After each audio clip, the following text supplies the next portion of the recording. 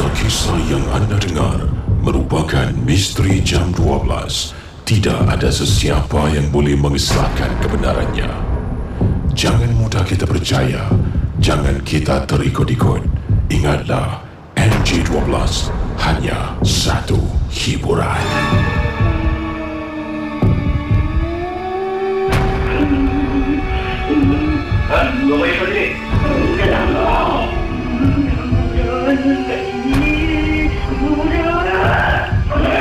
Jangan lagi dulu ke sini.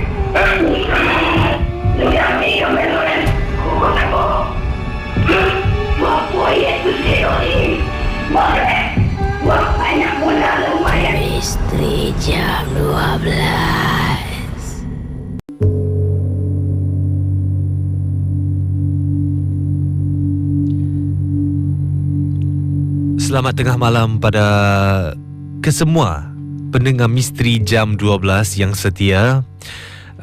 Masih lagi bersama Hans Ashri. Kita baru saja mulakan sesi MJ12 pada malam ini. Terima kasih kepada anda yang mendengar dan terima kasih kepada anda yang hantarkan cerita-cerita seram anda kepada pada DM saya di Instagram @HansAshri. Bagi yang belum hantar, boleh saja ke Instagram saya, kunjung Instagram saya untuk hantar cerita-cerita seram anda.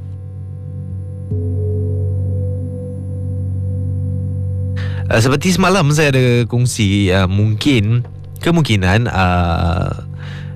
misteri jam 12 akan dikembalikan secara live, tapi kurang pasti bila, dah confirm tak confirm, belum lagi.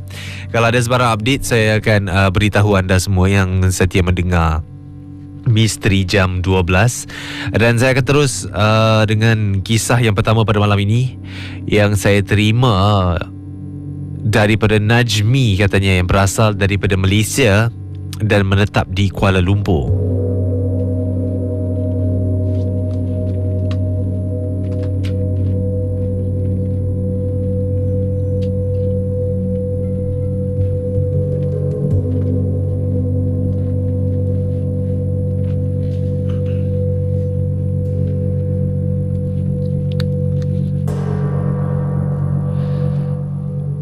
Salam Hans dan juga apa khabar pada pendengar misteri jam 12. Saya Najmi, berasal daripada Malaysia dan menetap di Kuala Lumpur.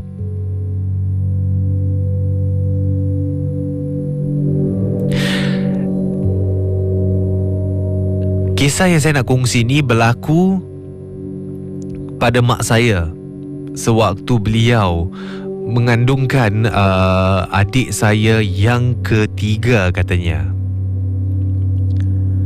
Biasalah orang tua-tua kata selalunya anak yang pertama ni biasanya akan diganggu kerana darah manis kan. Tapi ni mak saya diganggu ketika tahun 2002, di mana mak saya kandung adik ketiga pada waktu tu. Pada masa tu mak dan juga ayah saya ni tinggal di Ampang di Selangor.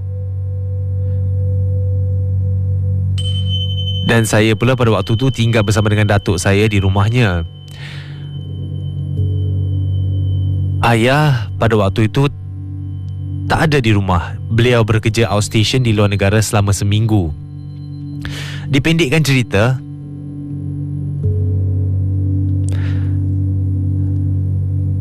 pada malam kejadian mak saya diganggu,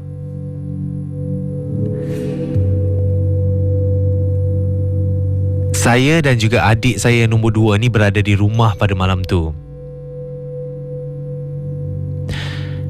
Ketika mak saya nak masuk tidur ke dalam bilik, tiba-tiba dia terdengar ada bunyi orang ketuk pintu.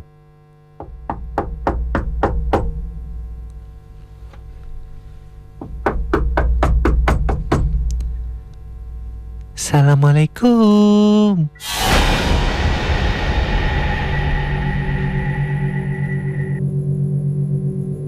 Diikuti dengan pemberian salam.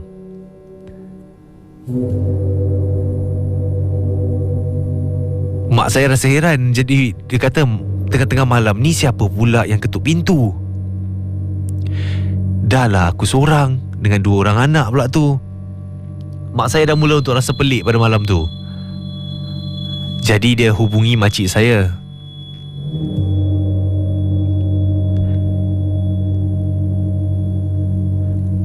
Rumah mak saya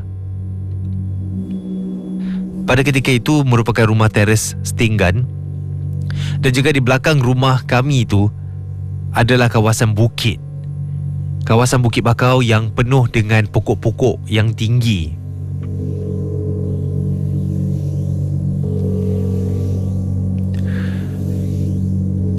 Bila mak saya menghubungi makcik saya, katanya, kau tolong datang sini sekejap. Aku rasa tak sedap hatilah. Dari tadi ada bunyi orang ketuk-ketuk pintu.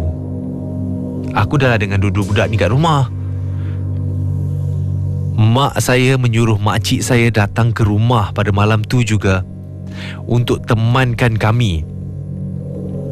Kerana makcik saya ni tinggal tak jauh daripada rumah kami. Sedang kami menunggu makcik saudara saya untuk datang ke rumah. Selang 10 minit, kami dengar sekali lagi bunyi ketukan di pintu rumah kami. Bunyinya seolah-olah macam betul-betul ada orang yang sedang berdiri di depan pintu rumah kami.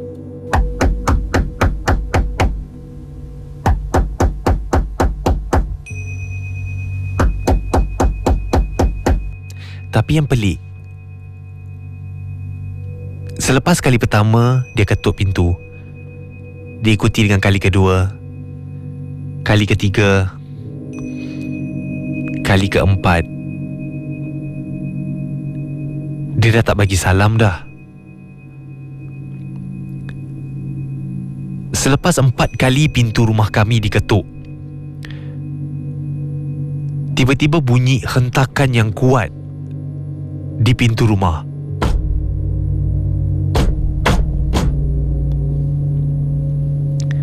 Bunyi seolah-olah macam ada benda yang hempas dekat pintu.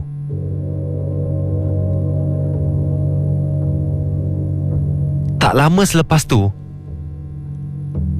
kita terdengar ada bunyi perempuan menjerit di luar rumah.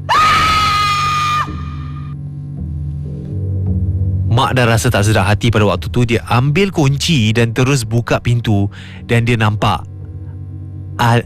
adiknya, iaitu merupakan makcik saudara kami, pingsan di halaman rumah. Bila dikejut untuk ambil masuk, beliau ni meracau seolah-olah macam ternampak sesuatu benda yang pelik dekat luar rumah. Bila dah suruh dia masuk rumah, cuci muka dan suruh beliau bercerita, tanya kepada beliau kenapa, apa yang jadi.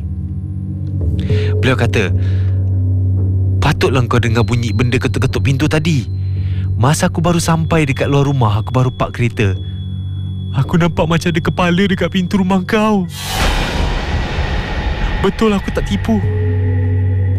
Aku nampak macam ada kepala. Aku nampak macam ada usus tergantung dekat kepala tu.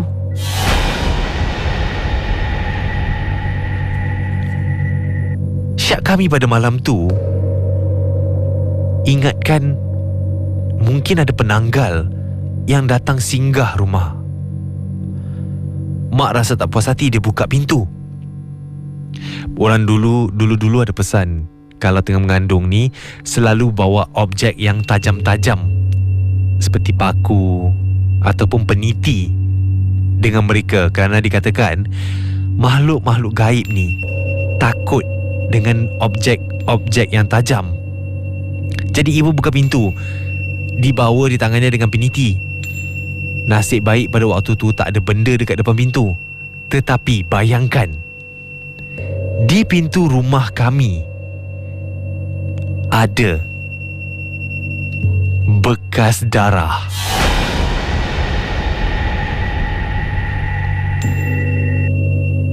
Mungkin betul, mungkin tidak apa yang makcik katakan. Dia ternampak penanggal ketuk pintu rumah kami menggunakan kepalanya. Mungkin kesan darah tu datang daripada penanggal, ataupun mungkin ada orang yang nak takut-takutkan kami. Sehingga ke hari ini, kisah ni masih lagi segar di ingatan kami dan tak akan kami lupakan. Sekian, terima kasih. Kisah-kisah yang anda dengar merupakan misteri jam 12. Tidak ada sebarang bukti yang boleh mengesahkan kebenarannya. Selamat tengah malam saudara, kita kembali dalam Misteri Jam 12 bersama Hans Ashri pada malam malam Khamis. Kita dah hari Khamis dah sekarang ni. Saya akan teruskan dengan perkongsian tempat-tempat seram. Ini kali pertama saya nak kongsi dengan anda antara tempat-tempat seram. Selalunya sebelum ni saya kongsi di Cambodia, di Singapura, di Malaysia, saya pernah kongsi di Britain. Kali ini saya nak bawa anda pula, saya nak kongsi tempat-tempat seram di India.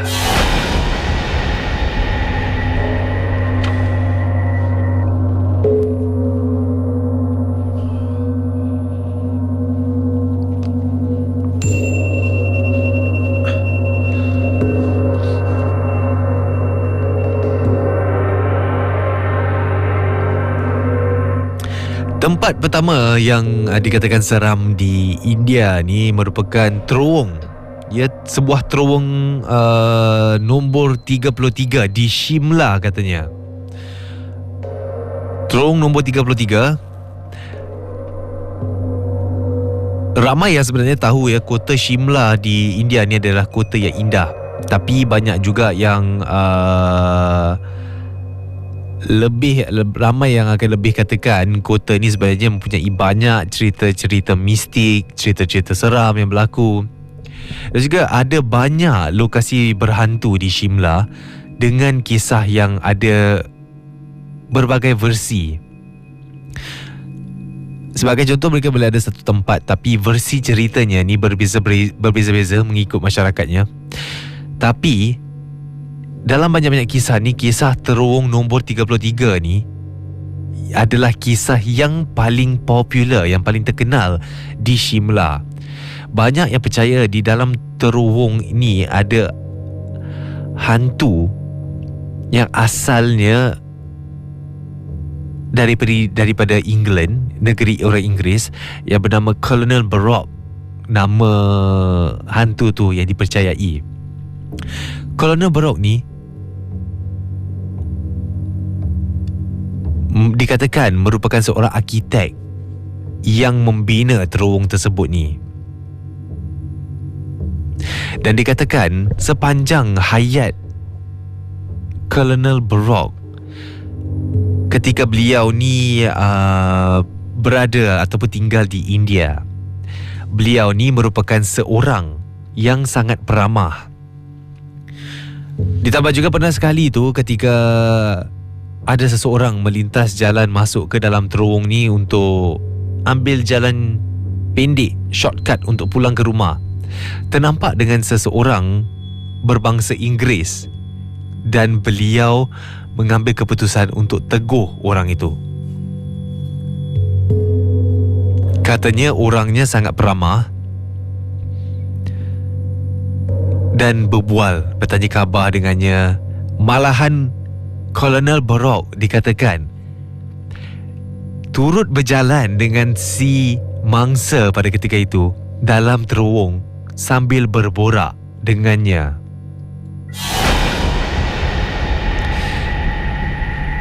Si mangsa ni pada ketika itu tidak tahu siapakah lelaki Inggeris ini dan terus berbual sehinggalah hampir tiba dekat penghujung kawasan ataupun laluan keluar dari terowong ni, baru dia perasan. Dah tengah-tengah malam macam tu, dia seorang sahaja yang berjalan seorang diri dalam terowong. Dan bila dia pusing, sekelilingnya memang beliau berada seorang diri dan dia tak nampak pun lelaki yang berbual dengannya awal tadi. Dan juga pernah ada orang lokal orang yang tinggal dekat kawasan tu kata bahawasanya Colonel Brock ni sebenarnya dia tak tahu yang dirinya dah tiada lagi. Dipercayai sedemikian. Maka dengan itu sering akan ada kemunculan beliau, akan ada warga-warga yang tinggal dekat kawasan tu yang akan ternampak beliau, dan beliau akan sentiasa kelihatan tersenyum.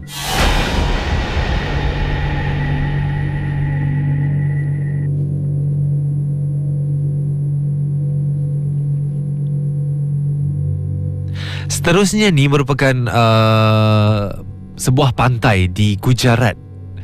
Ini merupakan Pantai Dumas di Gujarat. Pantai ni lokasinya betul-betul tepat di Laut Arab ya. Dan sebenarnya ini adalah pantai yang sangat cantik kalau kita tengok, sebab pasirnya hitam. Pasirnya berwarna hitam.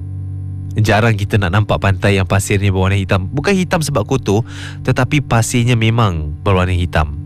Ada kisah misteri yang berlaku di pantai ni, di mana dikatakan tiap-tiap hari bila hampir nak masuk waktu senja ni, orang-orang awam, nak lagi mereka yang berkunjung bercuti di kawasan itu, tak dibenarkan ataupun lebih tepat lagi dinasihatilah untuk tidak pergi berdekatan dengan kawasan laut, sebab banyak ataupun ramai turis, mereka yang bercuti di situ, pernah bercerita mereka akan dengar suara tangisan ataupun suara jeritan yang datangnya daripada tengah laut. Dikatakan di sini pantai ni banyak batu bata yang besar. Memang nampak cantik, tapi tak ramai orang ataupun tak ada orang langsung yang akan berenang masuk ke dalam laut ni, sebab laut ini sentiasa digunakan oleh ramai orang untuk bunuh diri. Dikatakan banyak roh-roh gentayangan yang ada dalam laut tu. Dan juga pernah terjadi satu insiden di mana seorang lelaki ni berdiri dalam laut, di mana air laut ni berada di paras lututnya, dan tiba-tiba kakinya ditarik dan beliau ni jatuh masuk ke dalam laut. Kisah-kisah yang anda dengar merupakan misteri jam 12. Tidak ada sebarang bukti yang boleh mengesahkan kebenarannya.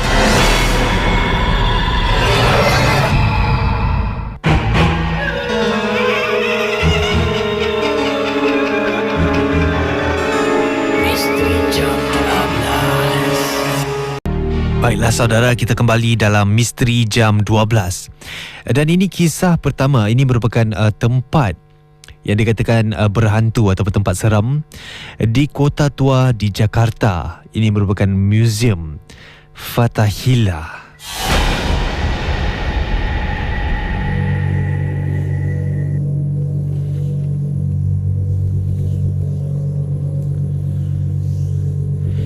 Dikatakan di sini mengikut sejarah, alun-alun ataupun ruang depan gedung Museum Fathahillah adalah di mana rejim kolonial Belanda suatu ketika dahulu melakukan pembantaian dan juga pembunuhan beramai-ramai terhadap warga keturunan Tiongkok, iaitu bangsa Cina, sekitar tahun 1740.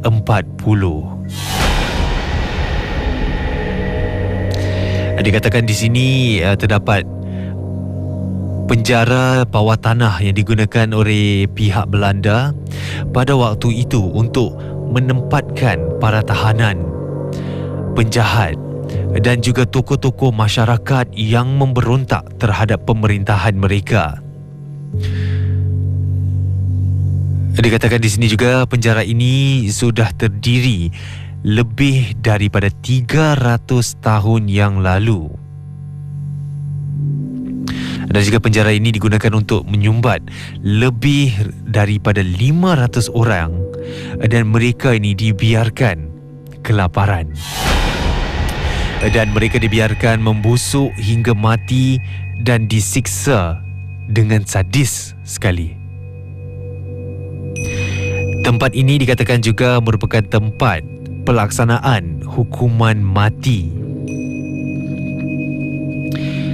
Ini ada cerita seram yang berlaku di tempat berikut ini.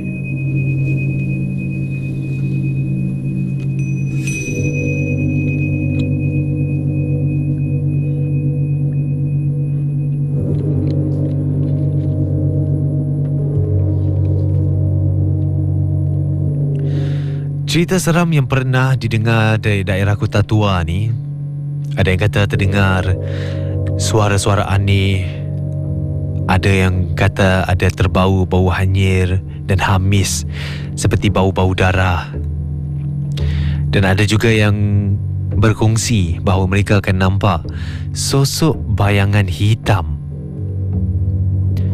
Dan juga penampakan 3 hantu. Satu adalah anak kecil yang seolah-olah tidak tentu arah. Satu lagi lelaki dan wanita yang mengenakan busana khas Belanda, tetapi badannya sudah hancur. Dan kadang-kala dikatakan di sini masih kedengaran loceng yang dulunya berperanan untuk menentukan waktu seseorang itu harus digantung. Satu kali berbunyi, artinya tahanan akan mula diiringi ke ruangan pengadilan. Loceng kedua berbunyi, berarti si tahanan ni sudah berada di atas podium pengadilan. Dan apabila bunyi loceng ketiga dibunyikan, itu menjadi tanda bahawa tahanan akan segera digantung dan disaksikan oleh pejabat dan hakim pengadilan. Kisah ini dikongsi oleh seorang yang bernama Budi, di mana beliau ni merupakan seorang petugas keamanan Museum Fathahilah. Dan beliau ni mengatakanlah, selama beliau bekerja sebagai petugas keamanan di sini, beliau sudah sering kali melihat penampakan yang dikatakan tadi ada antara lelaki dan juga wanita yang akan berpakaian seragam khas Belanda. Yang paling seram, di mana beliau ini sering ternampak sosok orang-orang Belanda serta suara-suara asing ketika di malam hari. Tuan-tuan, kisah yang saya kongsi ini dikongsi oleh seorang yang bernama Budi daripada Indonesia. Kisah-kisah yang anda dengar merupakan misteri jam 12. Tidak ada sebarang bukti yang boleh mengesahkan kebenarannya. Okey, baiklah, anda bersama dengan Hans Ashri pada malam ini, di mana saya akan bersama dengan anda untuk kongsi pengalaman-pengalaman kisah-kisah seram anda yang anda hantar melalui alamat email misterijam12@mediacorp.com.sg.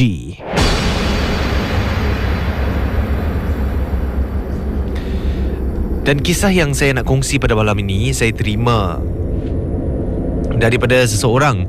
Katanya di sini, "Salam Hans, saya ada dua kisah yang saya nak kongsi dengan anda."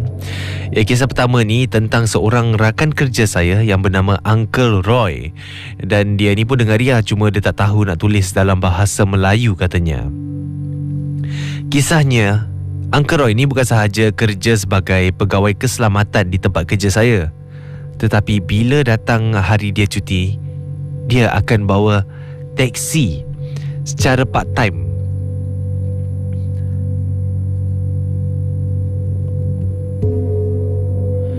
Beliau ni merupakan relief driver dan akan memandu secara part time selama 4 jam. Katanya, semasa habis kerja sebagai pegawai keselamatan pada jam 11 malam, sampai jam 3 pagi, dia akan bawa teksi. Dan semasa dia hantar seorang penumpang daripada airport ke Bukit Timah, katanya, si penumpang ni merupakan seorang steward ya. Dan rumahnya ni merupakan rumah 2 tingkat. Dan biasalah, kalau rumah besar ni kawasannya selalunya sunyi. Tambahan pula banyak pokok-pokok besar.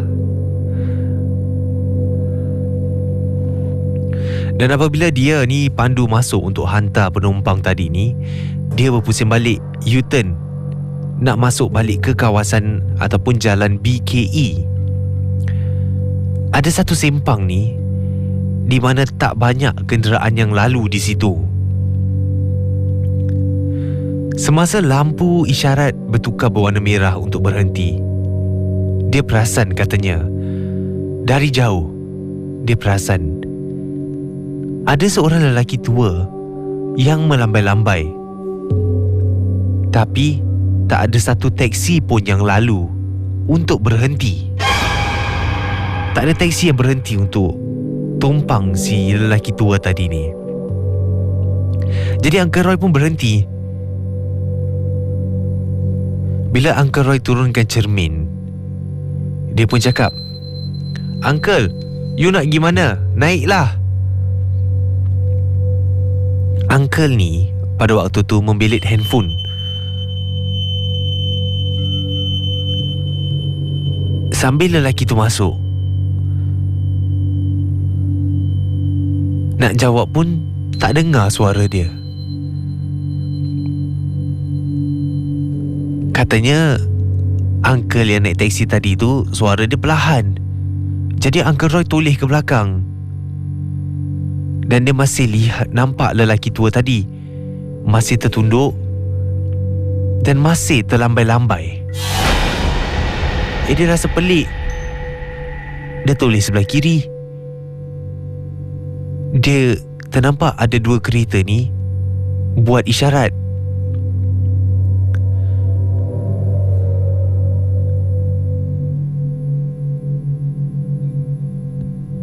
Jadi Uncle Roy ni rasa macam dah takut. Dia tutup tingkap dan dia cepat-cepat cabut Hans.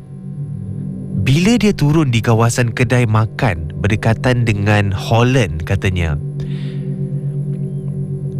nak rehat dulu sebelum dia pulang.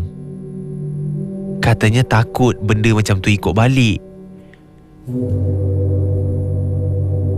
Sebab ada petua, katanya kalau balik rumah terus, benda tu akan ikut.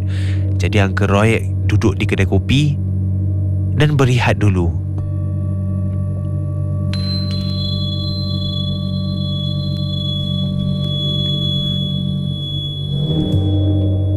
Bila tersedang duduk tu, Uncle Roy teringat balik. Kenapa uncle tadi tu dia lambai-lambai, tapi bila tanya, dia tak jawab apa-apa. Bila suruh masuk dalam teksi pun, dia buat bodoh.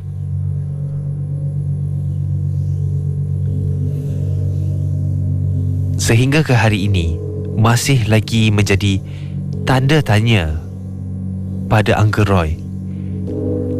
Kenapa uncle tadi tu lakukan sedemikian? Kisah-kisah yang anda dengar merupakan misteri jam 12. Tidak ada sebarang bukti yang boleh mengesahkan kebenarannya.